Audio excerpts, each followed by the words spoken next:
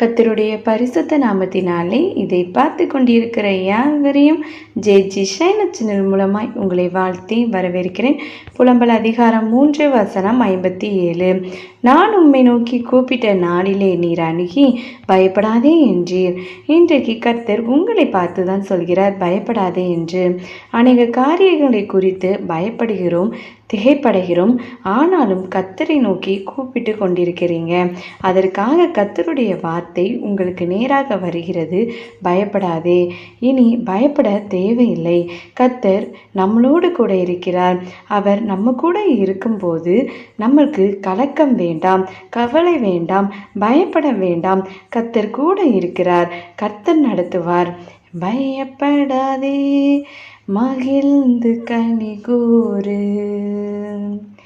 கர்த்தர் மாபெரும் காரியம் செய்திடுவார்.